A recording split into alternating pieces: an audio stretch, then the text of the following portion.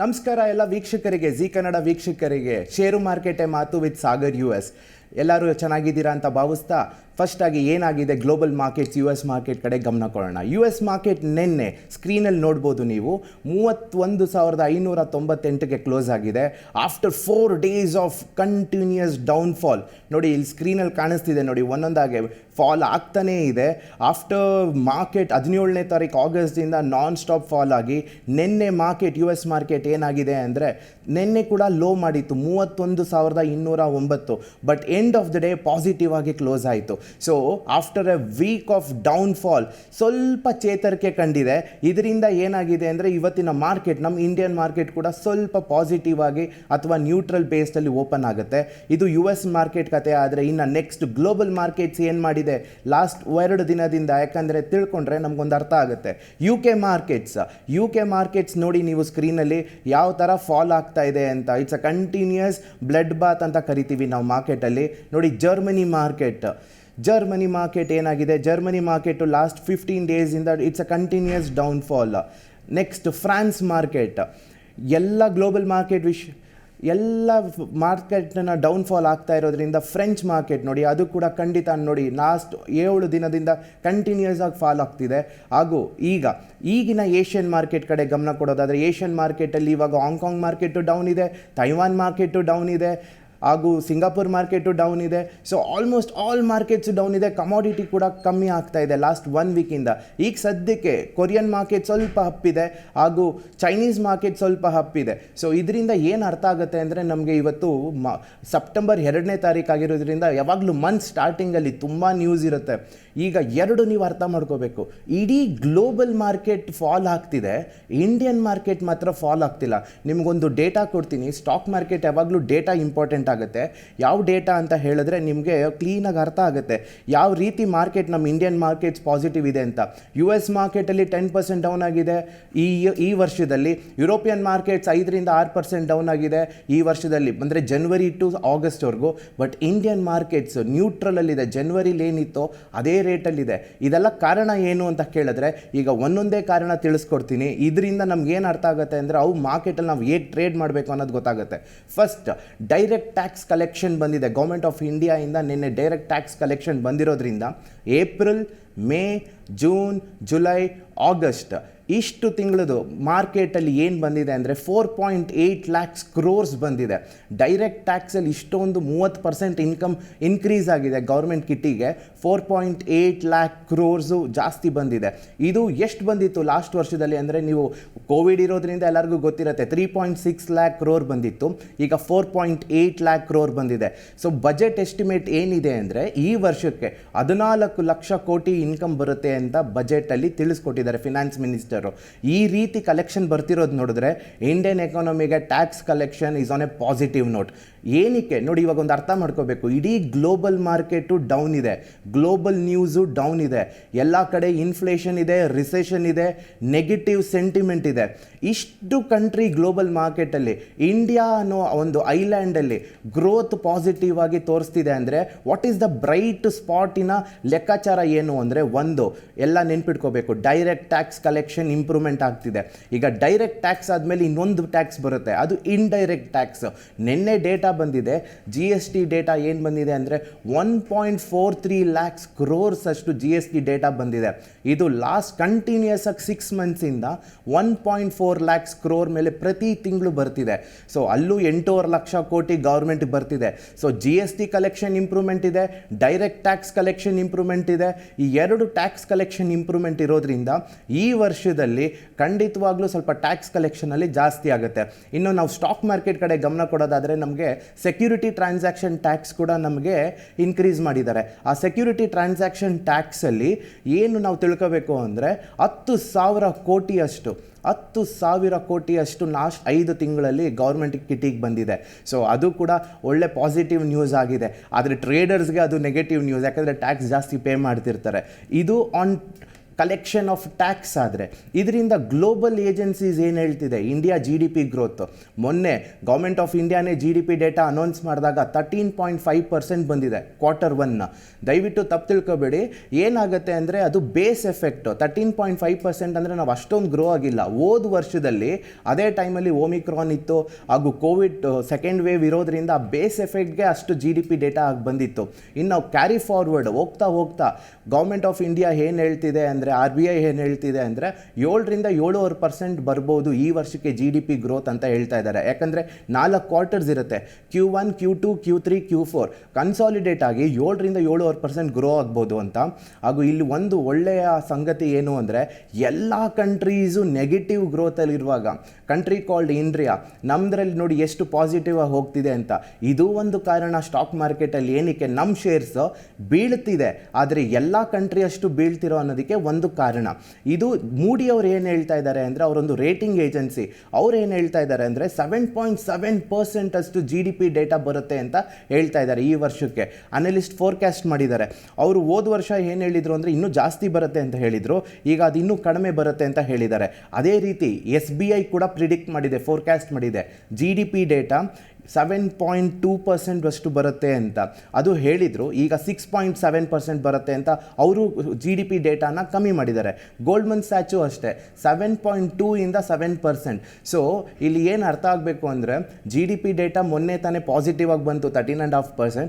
All rating agencies Goldman ಸ್ಯಾಚು, ಮೂಡಿ ಹಾಗೂ SBI ಎಲ್ಲ ಏನು ಫೋರ್ಕಾಸ್ಟ್ ಮಾಡ್ತಾ ಇದ್ದಾರೆ ಅಂದರೆ, ಫಿಚ್ ಕೂಡ ಏನು ಫೋರ್ಕಾಸ್ಟ್ ಮಾಡ್ತಿದ್ದಾರೆ ಅಂದರೆ ಅರೌಂಡ್ 6.8 to 7.2% ಅಷ್ಟು ಬರ್ಬೋದು ಅಂತ.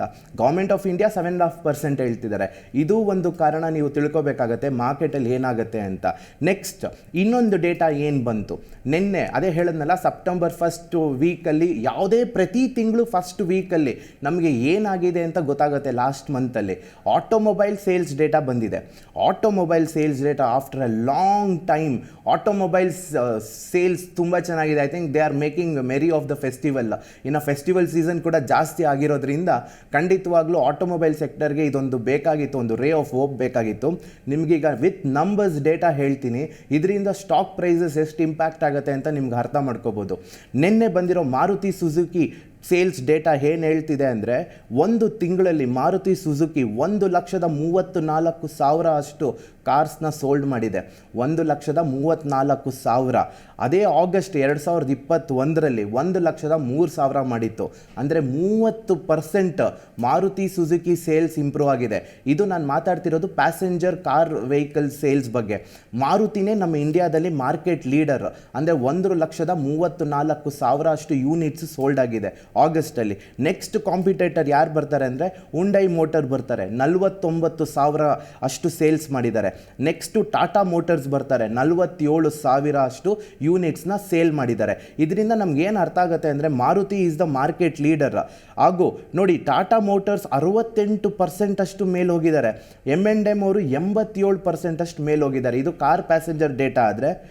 ನೆಕ್ಸ್ಟ್ ಟೂ ವೀಲರ್ಸ್ ಡೇಟಾ ಏನು ಹೇಳುತ್ತೆ ಅಂತ ತಿಳಿಸ್ಕೊಡ್ತೀನಿ. ಟೂ ವೀಲರ್ಸ್ ಡೇಟಾ ಬಂದುಬಿಟ್ಟು ಹೀರೋ ಮೋಟೋ ಕಾರ್ಪ್ 4.5 ಲಕ್ಷ ಕೋಟಿ ಅಷ್ಟು ಹಾಕಿದ್ದಾರೆ. 4.5 ಲಕ್ಷ ಅಷ್ಟು ಸೇಲ್ಸ್ ಆಗಿದೆ. 4.5 ಲಕ್ಷ ಅಷ್ಟು ಸೇಲ್ಸ್ ಆಗಿದ್ರೆ ಹೀರೋ ಮೋಟೋ ಸೇಲ್ಸ್ ಎಷ್ಟಾಗಿದೆ ಅಂದರೆ 4,23,000 ಯೂನಿಟ್ಸ್ ಅಷ್ಟು ಸೋಲ್ಡ್ ಆಗಿದೆ. ಅಂದರೆ ಟೂ ವೀಲರ್ಸಲ್ಲಿ ಹೀರೋ ಮೋಟೋ 4.5 ಲಕ್ಷ ಆಗಿದ್ರೆ, Honda motorcycle 4,23,000, Bajaj Auto 2.5 lakh, TVS motor 2.5 lakh. So ಪ್ರತಿ ಸೆಗ್ಮೆಂಟಲ್ಲಿ. ಸೊ ಇದರಿಂದ ಒಂದು ಕನ್ಕ್ಲೂಷನು, ನಂಬರ್ಸ್ ಅಂದರೆ ಕಾನ್ಸಂಟ್ರೇಟ್ ಮಾಡೋದು ಕಷ್ಟ ಆಗುತ್ತೆ. ಇದರಿಂದ ನಾವು ಒಂದು ಲೈನಲ್ಲಿ ಸಮರಿ ಹೇಳಬೇಕು ಆಟೋಮೊಬೈಲ್ ಸೇಲ್ಸ್ ಡೇಟಾ ಅಂದರೆ, it's been A positive ray of hope for all automobile stock. ಅದನ್ನೇ ಇವಾಗ ನೀವು ಸ್ಕ್ರೀನಲ್ಲಿ ನೋಡೋಣ. ನೀವು ಸ್ಕ್ರೀನಲ್ಲಿ ತೋರಿಸ್ತೀನಿ ನೋಡಿ, M&M ಎಷ್ಟು ಸೇಲ್ಸ್ ಆಗಿದೆ ಅಂತ.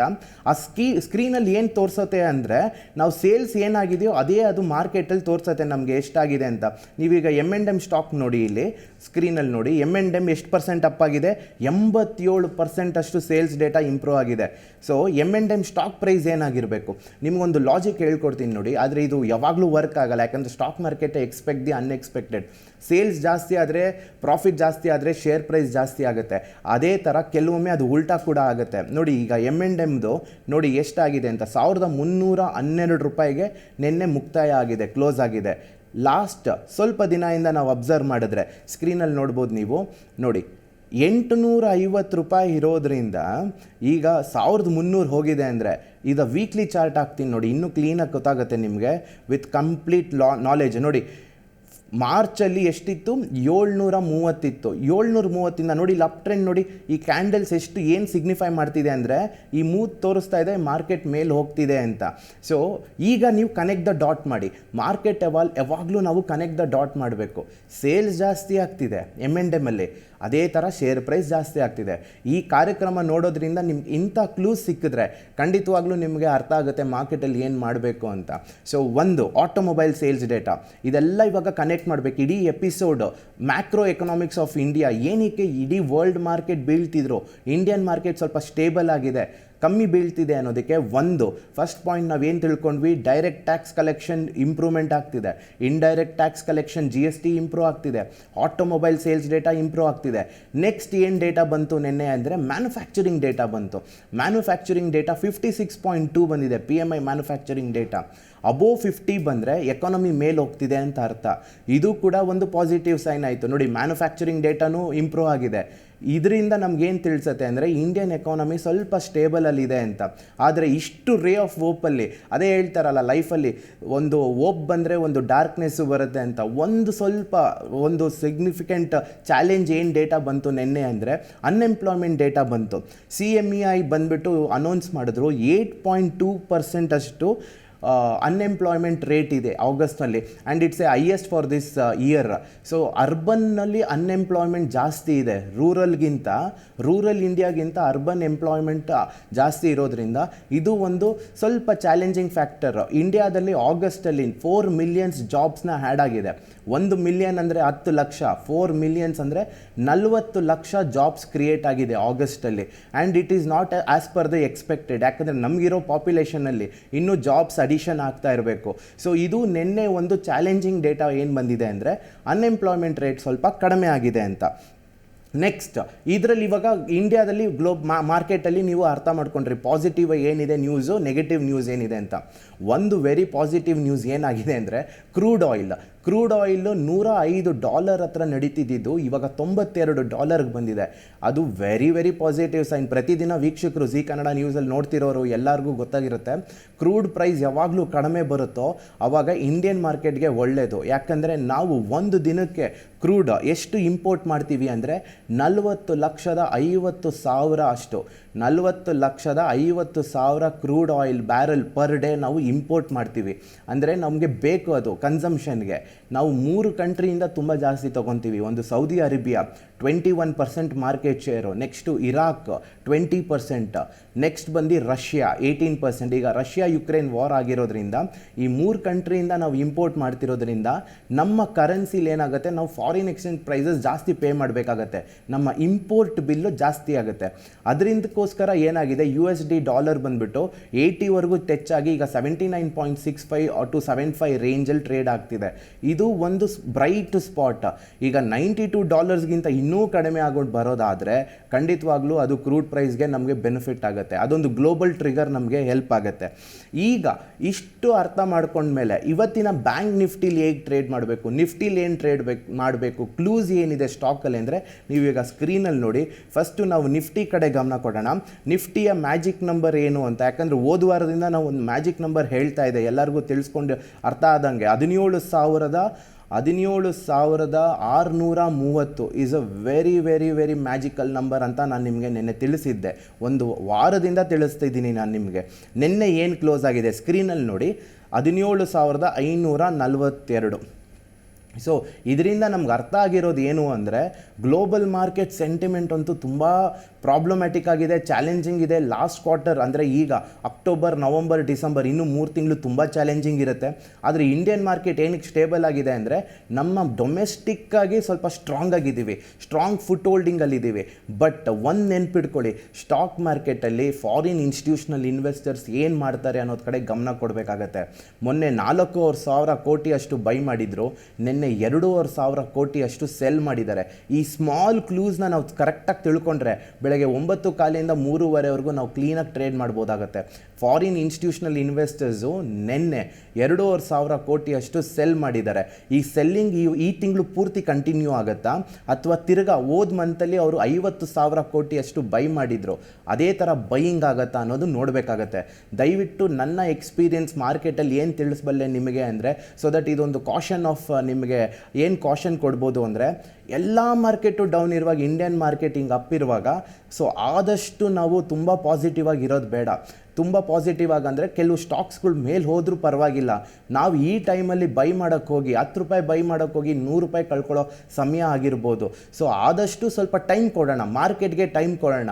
ಸೊ ಗ್ರೇಟೆಸ್ಟ್ ಇನ್ವೆಸ್ಟರ್ಸ್ ಮಾರ್ಕೆಟಲ್ಲಿ ಏನು ತಿಳಿಸ್ಕೊಡ್ತಾರೆ ಅಂದರೆ, ಮಾರ್ಕೆಟ್ ಇನ್ನೂ 1000 ವರ್ಷ ಇರುತ್ತೆ, ಇನ್ನೂ 100 ವರ್ಷ ಇರುತ್ತೆ, ನಾವಿರ್ತೀವ ಅನ್ನೋದೇ ಕ್ವಶನ್ ಮಾರ್ಕ್ ಆಗುತ್ತೆ. ಸೊ ಪ್ರತಿದಿನ ಮಾರ್ಕೆಟ್ ಇರುತ್ತೆ, ಪ್ರತಿದಿನ ಮಾರ್ಕೆಟಲ್ಲಿ ಆಪರ್ಚುನಿಟಿ ಇರುತ್ತೆ. ಆಪರ್ಚುನಿಟಿನ ಹೇಗೆ ಐಡೆಂಟಿಫೈ ಮಾಡಬೇಕು, ನಮ್ಮ ರಿಸ್ಕ್ ರಿಟರ್ನ್ ಹೇಗಿರಬೇಕು ಅನ್ನೋದು ತಿಳ್ಕೊಂಡ್ರೆ ಮಾತ್ರ ಗೆಲ್ಲಕ್ಕಾಗುತ್ತೆ. ನೋಡಿ, ಇನ್ನೊಂದು ಇಷ್ಟು ಗ್ಲೋಬಲ್ ಫ್ಯಾಕ್ಟರ್ಸ್ನ ಅರ್ಥ ಮಾಡ್ಕೊಂಡ್ರಿ, ಡೊಮೆಸ್ಟಿಕ್ ಫ್ಯಾಕ್ಟರ್ಸಲ್ಲಿ ಏನೇನು ನ್ಯೂಸ್ ಬಂದಿದೆ ಅಂತ ಅರ್ಥ ಮಾಡ್ಕೊಂಡ್ವಿ. ಆದರೆ ಇದೇನು ಬರಲ್ಲ, ಎಂಡ್ ಆಫ್ ದ ಡೇ ನಾವು ಪ್ರಾಫಿಟ್ ಮಾಡಿಲ್ಲ ಅಂದರೆ ಸ್ಟಾಕ್ ಮಾರ್ಕೆಟಲ್ಲಿ ನಾಲೆಜ್ ಎಷ್ಟೇ ಇನ್ಕ್ರೀಸ್ ಆದ್ರೂ end of the day bank account balance ಕೂಡ ಇಂಪ್ರೂವ್ ಆಗಬೇಕಾಗತ್ತೆ. ಬ್ಯಾಂಕ್ ಅಕೌಂಟ್ ಬ್ಯಾಲೆನ್ಸ್ ಇಂಪ್ರೂವ್ ಆಗಬೇಕು ಅಂದರೆ ಪ್ರಾಫಿಟ್ ಆಗಬೇಕಾಗತ್ತೆ. ಪ್ರಾಫಿಟ್ ಆಗಬೇಕು ಅಂದರೆ ಖಂಡಿತವಾಗ್ಲೂ ರಿಸ್ಕ್ ರಿಟರ್ನ್ ಕಡೆ ಗಮನ ಕೊಡಬೇಕಾಗತ್ತೆ. ಅದೇ ಇವಾಗ ನಿಫ್ಟಿಯ ಸಿಗ್ನಲ್ಸ್ ನಾನು ನಿಮಗೆ ತಿಳಿಸ್ಕೊಡ್ತೀನಿ. ಈ ನಂಬರ್ಸ್ನ ನೀವು ಇವತ್ತಿಗೆ ಮ್ಯಾಚ್ ಮಾಡೋಕ್ಕಾಗತ್ತಾ ಅಂತ ಚೆಕ್ ಮಾಡಿ, ಹೇಗೆ ಅಂತ ಅಬ್ಸರ್ವೇಷನ್ ಮಾಡಿ. 17,630 ವೆರಿ ಇಂಪಾರ್ಟೆಂಟ್ ನಂಬರ್ ಆಗುತ್ತೆ. ನಿನ್ನೆಯ ಹೈ ಬಂದುಬಿಟ್ಟು 17,777 ಇದೆ. ಆಫ್ಟರ್ ಡೌನ್ಫಾಲ್ ನೆನ್ನೆ ಗ್ಯಾಪ್ ಡೌನ್ ಆಗಿ ಮಾರ್ಕೆಟ್ ಮೇಲೆ ಹೋಗಿದೆ. ಸೊ ಇದರಿಂದ ಅರ್ಥ ಏನಾಗುತ್ತೆ ಅಂದರೆ, 630ರಿಂದ ಮಧ್ಯಾಹ್ನ 1 ಗಂಟೆಯಿಂದ 2 ಗಂಟೆವರೆಗೂ ಟ್ರೇಡ್ ಆಗೋಕ್ಕೆ ಶುರು ಆದರೆ ಅಲ್ಲಿಂದ ನಮಗೇನು ಸಿಗ್ನಿಫಿಕೆಂಟಾಗಿ ತಿಳಿಸುತ್ತೆ ಅಂದರೆ, ಇನ್ನೊಂದು 100 ಪಾಯಿಂಟ್ ಮೇಲೆ ಹೋಗೋ ಸೂಚನೆಗಳು ಕಾಣಿಸುತ್ತೆ. 630 ಮ್ಯಾಜಿಕ್ ನಂಬರು. ಅದೇ 630 ಕೆಳಗಡೆನೇ ಟ್ರೇಡ್ ಆಗ್ತಿದೆ ಅಂದರೆ ನೆಕ್ಸ್ಟ್ ವೆರಿ ಇಂಪಾರ್ಟೆಂಟ್ ಸಪೋರ್ಟ್ ಬರೋದೇ 330, 17,330. ಈ ರೇಂಜ್ ಬ್ಯಾಂಡಲ್ಲೇ ಟ್ರೇಡ್ ಆಗ್ತಿರುತ್ತೆ. ಈ ರೇಂಜ್ ಬ್ಯಾಂಡಲ್ಲಿ ನೀವು ಹುಷಾರವಾಗಿ ಯಾವ ಥರ ಮಾಡ್ಬೋದು ಅಂತ ತಿಳ್ಕೊಂಡು ಮಾಡಬೇಕಾಗತ್ತೆ. ಇದು ನಿಫ್ಟಿಯ ಸಪೋರ್ಟ್ ಆ್ಯಂಡ್ ರೆಸಿಸ್ಟೆಂಟ್ ಆಗುತ್ತೆ. ಅದೇ ಥರ ಈಗ ಬ್ಯಾಂಕ್ ನಿಫ್ಟಿ ಕಡೆಗೆ ಹೋಗೋಣ. Bank Nifty is A out performer. Nifty ಏನಕ್ಕೆ ಮೇಲೆ ಹೋಗ್ತಿದೆ ಅಂದರೆ, ಬ್ಯಾಂಕ್ ನಿಫ್ಟಿ ಮೇಲೆ ಹೋಗ್ತಿದೆ. ಬ್ಯಾಂಕ್ ನಿಫ್ಟಿಯ ವೆಯ್ಟೇಜ್ ತುಂಬ ಇದೆ ನಿಫ್ಟಿಯಲ್ಲಿ. IT ಸೆಕ್ಟರ್ ಒಂದು ಡೌನ್ಫಾಲ್ ಆಗ್ತಿದ್ರೆ ಬ್ಯಾಂಕ್ ನಿಫ್ಟಿ ಮೇಲೆ ಹೋಗ್ತಿದೆ. ಬ್ಯಾಂಕ್ ನಿಫ್ಟಿಯ ಮ್ಯಾಜಿಕ್ ನಂಬರ್ ಅಗೇನ್ 39,370. ಈಗ ಆಲ್ರೆಡಿ 39,300 ಇದೆ. 39,370 ಮೇಲೆ ಏನಾದರೂ ಟ್ರೇಡ್ ಆಗೋಕ್ಕೆ ಶುರು ಆದರೆ ಎಲ್ಲೋಗುತ್ತೆ ನೆಕ್ಸ್ಟ್ ಸ್ಟಾಪ್? 39,750. ಇದು ಎರಡು ವೆರಿ ಇಂಪಾರ್ಟೆಂಟ್ ರೆಸಿಸ್ಟೆನ್ಸ್ ನಂಬರ್ಸು. 39,750 ಮೇಲೆ ಕ್ಲೋಸ್ ಆಗಬೇಕು. ನೆನ್ಪಿಡ್ಕೊಳ್ಳಿ, ಒಂದು ದಿನದಲ್ಲಿ ಮೇಲೆ ಹೋಗೋದು ಇಂಪಾರ್ಟೆಂಟ್ ಅಲ್ಲ, ಕ್ಲೋಸ್ ಆಗಬೇಕು. 39,750 ಮೇಲೆ ಇವತ್ತು ಕ್ಲೋಸ್ ಆಗತ್ತಾ ಅಂತ ಚೆಕ್ ಮಾಡಿ. ಇಲ್ಲ ಅಂದರೆ 38,750. ಇನ್ನು 1,000 ಬ್ಯಾಂಡಲ್ಲಿ ಇವಾಗ ಟ್ರೇಡ್ ಆಗುತ್ತೆ ಬ್ಯಾಂಕ್ ನಿಫ್ಟಿ. 38,750, 39,750. ಈ ಬ್ಯಾಂಡಲ್ಲಿ ಅಪ್ಪರ್ ಎಂಡಲ್ಲಿ ಏನಾಗುತ್ತೆ, ಡೌನ್ ಎಲ್ಲಿ ಏನಾಗುತ್ತೆ ಅಂತ ಅರ್ಥ ಮಾಡ್ಕೊಳ್ಳಿ. ಈಗ ಬ್ರೇಕ್ಔಟ್ ಆದರೆ ಫಾಲ್ಸ್ ಬ್ರೇಕ್ಔಟ್ ಆಗೋ ಸೂಚನೆಗಳು ಇರುತ್ತೆ. ಬ್ರೇಕ್ ಡೌನ್ ಆದ್ರೂ ಫಾಲ್ಸ್ ಬ್ರೇಕ್ ಡೌನ್ ಆಗೋ ಸೂಚನೆಗಳು ಇರುತ್ತೆ. ಈ ಟ್ರೇಡ್ ಮಾಡಬೇಕು ಇಂಡೆಕ್ಸಲ್ಲಿ ಅಂದರೆ ನಿಮಗೆ ಸಿಗೋದೇ 15ರಿಂದ 20 ನಿಮಿಷ ಅಷ್ಟೇ ಆಪರ್ಚುನಿಟಿ. ಆ ಆಪರ್ಚುನಿಟಿಲಿ ಹೇಗೆ ಟ್ರೇಡ್ ಮಾಡ್ತೀರೋ ಅನ್ನೋದು ನಿಮ್ಮ ಕೈಲಿದೆ. ಸೊ ಈ ಕ್ಲೂಸ್ನ, ಈ ನಂಬರ್ಸ್ನ ಪ್ರಾಪರಾಗಿ ನೀವು ಐಡೆಂಟಿಫೈ ಮಾಡಿದ್ರೆ, ಒಂದು ಪಾಯಿಂಟ್ ಕ್ಯಾಚ್ ಮಾಡಿದ್ರೆ ನಿಮಗೆ 50 ರೂಪಾಯಿ ಸಿಗುತ್ತೆ. ಒಂದು ಪಾಯಿಂಟ್ ಕ್ಯಾಚ್ ಮಾಡಿದ್ರೆ 25 ಸಿಗುತ್ತೆ. ಒಂದು ಲಾಟಲ್ಲಿ 50 ಶೇರ್ಸ್ ಇರುತ್ತೆ, ಒಂದು ಲಾಟಲ್ಲಿ 25 ಶೇರ್ಸ್ ಇರುತ್ತೆ. ಸೊ ನೀವು ಯಾವ ರೀತಿ ಮಾಡ್ತೀರಾ ಅನ್ನೋದೇ ನಿಮ್ಮ ಮೇಲೆ ಡಿಪೆಂಡ್ ಆಗುತ್ತೆ. So I hope all the news ನಿಮಗೆ ಹೆಲ್ಪ್ ಆಗ್ತಿದೆ ಅಂತ. ಈಗ ಇಂಡೆಕ್ಸ್ ಆದಮೇಲೆ ಸ್ಟಾಕ್ ಕಡೆ ಗಮನ ಕೊಡೋಣ. ಯಾವ ಸ್ಟಾಕ್ಸ್ ಸ್ವಲ್ಪ ನಾವು ಇವತ್ತು ಚೆಕ್ ಮಾಡಬೇಕಾಗತ್ತೆ ಅಂತ. ಒಂದು ಸ್ಟಾಕ್ಸ್ ನಾವು ಇವತ್ತು ಚೆಕ್ ಮಾಡಬೇಕು ಅಂದರೆ ನಾನು ನಿಮ್ಗೆ ಯಾವ್ದು ತಿಳಿಸ್ಕೊಡ್ತೀನಿ ಅಂದರೆ, ಟಾಟಾ ಕನ್ಸ್ಯೂಮರ್ ತಿಳಿಸ್ಕೊಡ್ತೀನಿ. ನೋಡಿ, ಇವತ್ತು ಎಷ್ಟು ಪಾಸಿಟಿವ್ ನ್ಯೂಸಲ್ಲಿ, ನ್ಯೂಸ್ ಅಂದರೆ ನ್ಯೂಸ್ ಇದೆ ಇವತ್ತು, ಇವೆಂಟ್ಸ್, ಈ ಥರ ನಾವು ಅನಾಲಿಟಿಕ್ಸ್ ಒಂದು ಬುಕ್ಕಲ್ಲಿ ಬರೆದಿಟ್ಕೋಬೇಕು. ಈ ಸೆಕ್ಟರ್ಸ್, ಈ ನ್ಯೂಸು ಫಸ್ಟ್ ದಿನ ನಿಮಗೆ ಕೇಳುವಾಗ ಏನು ಅನ್ಸುತ್ತೆ, ಅಯ್ಯೋ ಇಷ್ಟೊಂದು ತಿಳ್ಕೊಬೇಕಾ ಅಂತ. ಹೋಗ್ತಾ ಹೋಗ್ತಾ ಹೋದರೆ ಇಷ್ಟೇ ಕಾನ್ಸ್ಟೆಂಟ್ ಆಗಿರುತ್ತೆ. ಒಂದು ಎಕ್ಸ್ಪೆಕ್ಟೆಡ್ ನ್ಯೂಸ್ ಇರುತ್ತೆ, ಒಂದು ಅನ್ಎಕ್ಸ್ಪೆಕ್ಟೆಡ್ ನ್ಯೂಸ್ ಇರುತ್ತೆ. ಈಗ ನೋಡಿ, ಅರ್ಥಕ್ವೇಕು, ನ್ಯಾಚುರಲ್ ಡಿಸಾಸ್ಟರ್ ನಮ್ಗೆ ಹೇಳ್ಬಿಟ್ಟು ಬರಲ್ಲ ಅದು. ಅಂಥ ನ್ಯೂಸ್ ಬಂದಾಗ ಮಾರ್ಕೆಟ್ ಡೌನ್ಫಾಲ್ ಆಗುತ್ತೆ. ಸೊ ಮಾರ್ಕೆಟ್ ಇರೋದೇ ಸರ್ಪ್ರೈಸ್ ಮಾಡೋಕ್ಕೆ. ಎಲ್ಲರೂ ಬೈಯಿಂಗಲ್ಲಿ ಇದ್ದಾರೆ ಅಂದರೆ ನೀವು ಸ್ವಲ್ಪ ಹುಷಾರಾಗಬೇಕಾಗತ್ತೆ. ಟಾಟಾ ಕನ್ಸ್ಯೂಮರ್ಸ್ ನಿನ್ನೆ 830 ಮೇಲೆ ಟ್ರೇಡ್ ಆಗೋಕ್ಕೆ ಶುರು ಆಗಿದೆ. ಇದೇ ಮ್ಯಾಜಿಕಲ್ ನಂಬರು. ಟಾಟಾ ಕನ್ಸ್ಯೂಮರ್ಗೆ 830 ಮೇಲೆ ಏನಾದರೂ ಟ್ರೇಡ್ ಆಗೋಕ್ಕೆ ಶುರು ಆದರೆ it is a positive sign. ಎಲ್ಲಿವರೆಗೂ ಹೋಗ್ಬೋದು? 850ರಿಂದ 870. ಆದರೆ ಒಂದು ನೆನ್ಪಿಟ್ಕೊಳ್ಳಿ, ಮಾರ್ಕೆಟ್ ಓವರಾಲ್ ಮಾರ್ಕೆಟೇ ಕೆಳಗೆ ಬರುವಾಗ ಇದು ಕೆಳಗೆ ಬಂದುಬಿಡುತ್ತೆ. ಆದರೆ 830 ವೆರಿ ಡಿಸಿಪ್ಲಿನ್ಡ್ ಮ್ಯಾಜಿಕ್ ನಂಬರು. ಆ ನಂಬರ್ ಮೇಲೆ ಟ್ರೇಡ್ ಆಗೋಕ್ಕೆ ಶುರು ಆದರೆ then it is a positive sign for Tata Consumer. ಏನಕ್ಕೆ ಟಾಟಾ ಕನ್ಸ್ಯೂಮರ್ ಈ ಥರ ಮೇಲೆ ಹೋಗ್ತಿದೆ ಅಂದರೆ, ಒಂದು ಡೇಟಾ ಬಂದಿದೆ, FMCG ಸೆಕ್ಟರ್ 6% ಗ್ರೋತ್ ಆಗಿದೆ ಆಗಸ್ಟ್ ಮಂತಲ್ಲಿ. ಸೊ FMCG ಸೆಕ್ಟರ್ ಈಗ ಗ್ರೋತ್ ಆಗ್ತಿದೆ, ಆದರೆ ನಿಯರ್ ಟರ್ಮಲ್ಲಿ ಸ್ವಲ್ಪ ಪ್ರಾಬ್ಲಮ್ಯಾಟಿಕ್ ಇದೆ. ಮೊನ್ನೆ ನಿಮಗೆ ತಿಳಿಸ್ಕೊಟ್ಟಿದ್ದೆ, AGM ರಿಲಯನ್ಸ್ AGM ಅಲ್ಲಿ ರಿಲಯನ್ಸ್ ಏನು ಮಾಡ್ತಾ ಇದ್ದಾರೆ, FMCG ಸೆಕ್ಟರ್ಗೆ ಬರ್ತಾ ಇದ್ದಾರೆ. ಸೊ ಅವರು ತಿರ್ಗಾ ಇದು ಹೊಸ ಪ್ಲೇಯರ್ ಆಗಿ ಇಂಟ್ರಡ್ಯೂಸ್ ಆದರೆ, ಹಾಗೂ ವಾಟ್ಸಪ್ಪಲ್ಲೇ ಎಲ್ಲರೂ ಇವಾಗ ಸೋಷಿಯಲ್ ಮೀಡಿಯಾ ಪ್ಲ್ಯಾಟ್ಫಾರ್ಮ್ ಯೂಸ್ ಮಾಡ್ತೀವಿ ಇಂಡಿಯಾದಲ್ಲಿ. ವಾಟ್ಸಪ್ಪಲ್ಲೇ ಜಿಯೋ ಮಾರ್ಟ್ ಕನೆಕ್ಟ್ ಆಗಿ ನೀವು ಜಿಯೋ ಮಾರ್ಟ್ಗೆ ಹೋಗೋದೇ ಬೇಡ, ಅದರಲ್ಲೇ ಎಲ್ಲ ಬೈಯಿಂಗ್ ಸೆಲ್ಲಿಂಗ್ ಆಗೋದು. ಒಂದು ಮೆಟಾ ಅಂದರೆ ಫೇಸ್ಬುಕ್ ಅವ್ರ ಜೊತೆ ಟೈಅಪ್ ಮಾಡ್ಕೊತಾ ಇದ್ದಾರೆ. ಈಗ FMCGಗೆ ಅವ್ರು ಬಂದರೆ ಆಲ್ರೆಡಿ ಮಾರ್ಕೆಟ್ ಶೇರ್ ಹಿಡ್ಕೊಂಡಿರುವ ನೆಸ್ಟ್ಲೆ, ಹಿಂದೂಸ್ತಾನ್ ಯೂನಿಲಿವರು, ಬ್ರಿಟಾನಿಯಾ, ಟಾಟಾ ಕನ್ಸ್ಯೂಮರ್ಸ್ಗೆ ಸ್ವಲ್ಪ ಒತ್ತಡ ಬೀಳುತ್ತೆ. ಸೊ ಅದನ್ನು ನಿಯರ್ ಟರ್ಮ್ಗೆ ಯೋಚನೆ ಮಾಡಬೇಕಾಗತ್ತೆ. ಆದರೆ ಇಂಟ್ರಾಡೇಗೆ ಇವತ್ತು ಇನ್ನೊಂದು 2 ದಿನ ನೋಡಬೇಕು ಅಂದರೆ 830 ಮ್ಯಾಜಿಕಲ್ ನಂಬರ್ ಆಗುತ್ತೆ. ಇದು ಟಾಟಾ ಕನ್ಸ್ಯೂಮರ್ ಆಯಿತು. ನೆಕ್ಸ್ಟ್ ಸ್ಟಾಕ್ಸ್ ನಾನು ಯಾವುದಾದ್ರೂ ಇವತ್ತು ಅಬ್ಸರ್ವೇಷನ್ಗೆ ಮಾಡ್ಬೋದಾ ಅಂತ ತಿಳ್ಕೊಂಡ್ರೆ, I think you can look for Adani Enterprises. Adani Enterprises ಏನಾಗಿದೆ ಅಂದರೆ, ನಿಫ್ಟಿ 50 ಟಾಪ್ 50 ಕಂಪ್ನೀಸ್ ಇರುತ್ತೆ ನಿಫ್ಟಿಲಿ. ಶ್ರೀ ಸಿಮೆಂಟ್ ಎಕ್ಸ್ಕ್ಲೂಡ್ ಆಗಿ ಅದಾನಿ ಎಂಟರ್ಪ್ರೈಸಸ್ ಬರ್ತಿದೆ. ಸೊ ಇದು ಬರ್ತಿರೋದ್ರಿಂದ ಇನ್ಫ್ಲೋಸ್ ಸ್ವಲ್ಪ ಜಾಸ್ತಿ ಆಗುತ್ತೆ. ಶ್ರೀ ಸಿಮೆಂಟ್ ಎಕ್ಸ್ಕ್ಲೂಡ್ ಆಗ್ತಿದೆ ನಿಫ್ಟಿ 50ಇಂದ. ಸೊ ಶ್ರೀ ಸಿಮೆಂಟಲ್ಲಿ ನಿಮಗೆ ನೆನಪಿರ್ಬೋದು, ಲಾಸ್ಟ್ ವಾರದಲ್ಲಿ 22,000 ಮೇಲೆ ಒಂದು ನಂಬರ್ ಟ್ರ್ಯಾಕ್ ಮಾಡಿ ಅಂತ ತಿಳಿಸಿದ್ದೆ. ಈಗ ಶ್ರೀ ಸಿಮೆಂಟಲ್ಲಿ 21,586 ಇದೆ. 21,450 ಮೇಲೆ ಏನಾದರೂ ಟ್ರೇಡ್ ಆಗೋಕ್ಕೆ ಶುರು ಆದರೆ ಶ್ರೀ ಸಿಮೆಂಟು ಪಾಸಿಟಿವ್ ಆಗಿರುತ್ತೆ. ಏನಾದರೂ 21,450 ಕೆಳಗಡೆ ತಿರ್ಗಾ ಡೌನ್ಫಾಲ್ ಶುರು ಆದರೆ ದೆನ್ ಸ್ವಲ್ಪ ಅಗೇನ್ ಈ ಸಿಮೆಂಟ್ ಸ್ಟಾಕಲ್ಲಿ ನಾವು ಇನ್ನೂ ಡೌನ್ಫಾಲ್, ಬೇರ್ಸ್ ಕಂಟ್ರೋಲ್ ಬರ್ತಾರೆ. ಮಾರ್ಕೆಟಲ್ಲಿರೋದು ಇಬ್ಬರೇ ಕಂಟ್ರೋಲು, ಬುಲ್ಸ್ ಹಾಗೂ ಬೇರ್ಸ್. ಎಲ್ಲರೂ ಕೇಳ್ತಾರೆ, ನಾವು ಬುಲ್ ಸೈಡ್ ಇರಬೇಕಾ ಬೇರ್ ಸೈಡ್ ಇರಬೇಕಾ ಅಂತ. ನಾವು ಬುಲ್ ಸೈಡು ಇರೋದು ಬೇಕಾಗಿಲ್ಲ, ಬೇರ್ ಸೈಡು ಇರೋದು ಬೇಕಾಗಿಲ್ಲ. We have to be on a right side. ಯಾರು ಹೋಗ್ತಿರ್ತಾರೆ ಪ್ರತಿದಿನ ಅವ್ರ ಜೊತೆ ನಾವು ಮೂವ್ ಹಾಕ್ಕೊಂಡು ಹೋಗಬೇಕು. ನೀರು ಹೇಗೆ ಹರಿತಿರುತ್ತೋ ಆ ಕಡೆ ತಿರುಗಿ ಹೋಗ್ತಾ ಇರಬೇಕು. ಅದೇ ಇನ್ವೆಸ್ಟ್ಮೆಂಟ್ ಮಾಡಬೇಕು ಅಂದರೆ ಅದು ಡಿಫ್ರೆಂಟ್ ಬಾಲ್ ಸ್ಟ್ರಾಟಜಿ. ಅಂದರೆ ಯಾವುದಾದ್ರೂ ಒಳ್ಳೆ ಸ್ಟಾಕ್ಗಳನ್ನ ನಾವು ಸೆಲೆಕ್ಟ್ ಮಾಡಿ ನೆಕ್ಸ್ಟ್ 5 ವರ್ಷ 10 ವರ್ಷಕ್ಕೆ ಇಟ್ಕೊಂಡ್ರೆ ಇಂಡಿಯಾದಲ್ಲಿ ಈಗ ಗ್ರೋತ್ ಶುರು ಆಗ್ತಿದೆ. ಎಲ್ಲ ವೀಕ್ಷಕರಿಗೂ ನಾನು ಅದೇ ಹೇಳೋದು ಏನು ಅಂದರೆ, 3.5 ಕೋಟಿ ಇದ್ದಿದ್ದು ಡಿಮ್ಯಾಟ್ ಇವತ್ತು 10 ಕೋಟಿ ಅಷ್ಟು ಬಂದಿದೆ. 140 ಕೋಟಿ ಜನ ಇದ್ದಾರೆ ಭಾರತದಲ್ಲಿ, ಅದರಲ್ಲಿ 10 ಕೋಟಿ ಅಷ್ಟು ಮಾತ್ರನೇ ಡಿಮ್ಯಾಟ್ ಅಕೌಂಟ್ ಇರೋದು. ಇನ್ನು ಬ್ಯಾಂಕ್ ಅಕೌಂಟ್ ಎಷ್ಟಿದೆ ಅಂತ ಅರ್ಥ ಮಾಡ್ಕೊಳ್ಳಿ 140 ಕೋಟಿ ಜನದಲ್ಲಿ.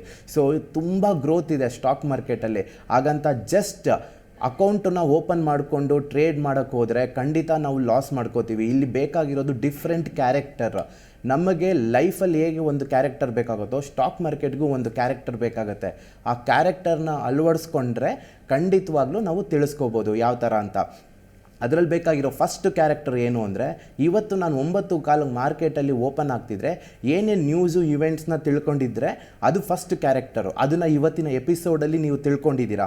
ಹೋಗ್ತಾ ಹೋಗ್ತಾ ಪ್ರತಿದಿನ ನಿಮಗೆ ಲಾಂಗ್ ಟರ್ಮಲ್ಲಿ ಏನು ಬೇಕಾಗುತ್ತೆ, ಶಾರ್ಟ್ ಟರ್ಮಲ್ಲಿ ಏನು ಬೇಕಾಗುತ್ತೆ, ಕ್ಲೂಸ್ ಏನು ಬೇಕಾಗುತ್ತೆ ಖಂಡಿತ ತಿಳಿಸ್ಕೊಡ್ತೀನಿ. ಎಂಡ್ ಆಫ್ ದ ಡೇ ನಿಮ್ಮ ಓನ್ ಡಿಸಿಷನ್, ನಿಮ್ಮ ಸೇವಿಂಗ್ಸ್ ಮನಿ ನೀವೇ ರೆಸ್ಪಾನ್ಸಿಬಲ್ ಆಗಬೇಕು. ಆ ಥರ ಆದ್ರೇ ನಮಗೆ ಸಸ್ಟೈನಬಿಲಿಟಿ ಇರುತ್ತೆ, ಲಾಂಗ್ ಟರ್ಮಲ್ಲಿ ಇರುತ್ತೆ. ನಮ್ಮಂಥ ಎಕ್ಸ್ಪರ್ಟ್ಸ್ ಏನೇ ಕ್ಲೂ ಕೊಟ್ರು ಅದನ್ನು ನೀವು ಪಿಂಚ್ ಆಫ್ ಸಾಲ್ಟಲ್ಲಿ ತೊಗೊಂಡು ಇದರಲ್ಲಿ ಯಾವ್ದು ವರ್ಕ್ ಆಗುತ್ತೆ, ಇದರಲ್ಲಿ ಯಾವ್ದು ವರ್ಕ್ ಆಗಲ್ಲ ಅಂತ ಇಂಡಿಪೆಂಡೆಂಟಾಗಿ ಥಿಂಕ್ ಮಾಡಿದ್ರೆ ಖಂಡಿತವಾಗ್ಲೂ ಸ್ಟಾಕ್ ಮಾರ್ಕೆಟಲ್ಲಿ ಇನ್ನೂ ಸಾವಿರಾರು ಜನ ಬರ್ತಾರೆ. ಸಾವಿರಾರು ಜನ ಅಲ್ಲ, ಹಲವಾರು ಕೋಟಿ ಜನ ಬರ್ತಾರೆ. ಸೊ ಅದೇ ಉದ್ದೇಶಕ್ಕೆ ಈ ಕಾರ್ಯಕ್ರಮ ಮಾಡ್ತಿರೋದು. ಖಂಡಿತವಾಗ್ಲೂ ಇದೇ ಥರ ಬರೋ ವಾರದಲ್ಲಿ ಸೋಮವಾರ ಕೂಡ ಖಂಡಿತ ಕೆಲವೊಂದು ಕ್ಲೂಸ್ ಜೊತೆಗೆ ಮತ್ತೆ ಬರ್ತೀನಿ. ಅಲ್ಲಿವರೆಗೂ ಧನ್ಯವಾದ. ಸಾಗರ್ US.